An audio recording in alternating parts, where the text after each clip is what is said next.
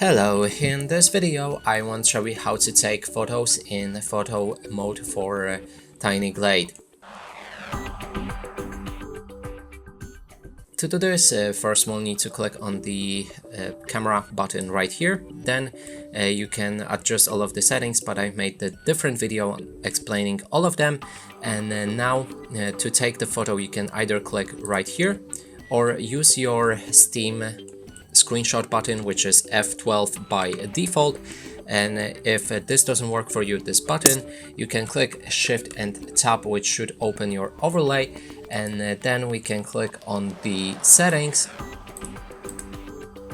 navigate to in-game, scroll down, and there's the take screenshot button. You can change it right here or see which button you have.